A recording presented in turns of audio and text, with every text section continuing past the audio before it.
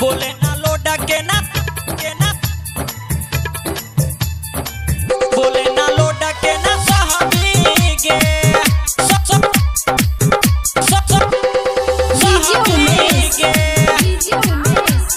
सुखीपुर बाजार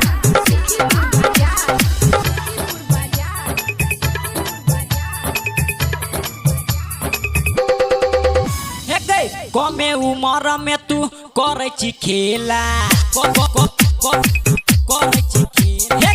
कमे उमर में तू करे छी खेला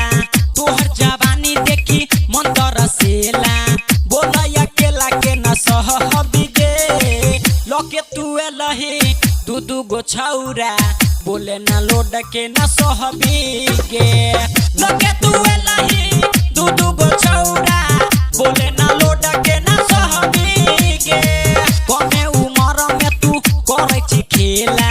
तोहर जवानी देखी मन तरसेला बोला अकेला के न सहबी गे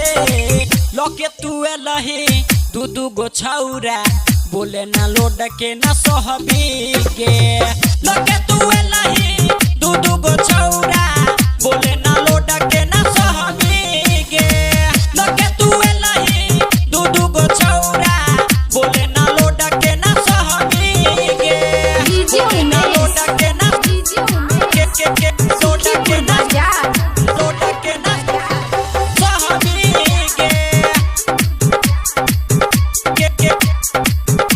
लोड के न सहबी गे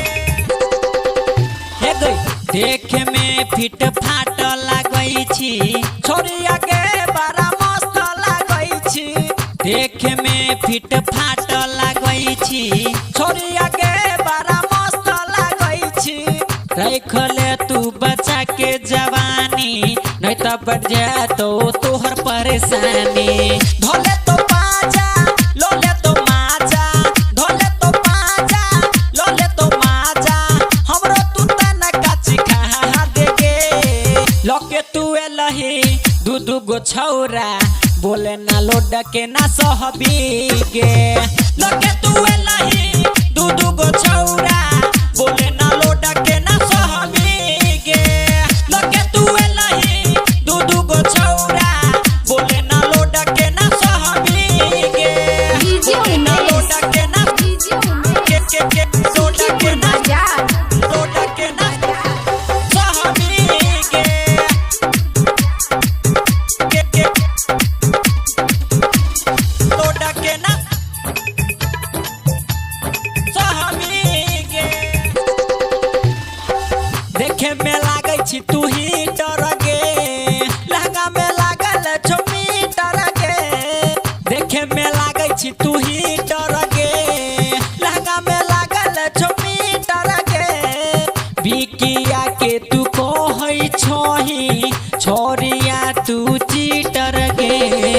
मिथिलेश पवन कटौगे जवन मिथिलेश पवन कटौगे जवन ओकरा से रखी है बचा गे लके तू लही दू गो छौरा बोले ना लोड के ना सहबी गे लके तू लही दू गो छौरा बोले ना लोड के ना सहबी गे लके तू लही दू गो छौरा बोले ना लोड के ना सहबी गे रिकॉर्डिंग स्टूडियो दरभंगा।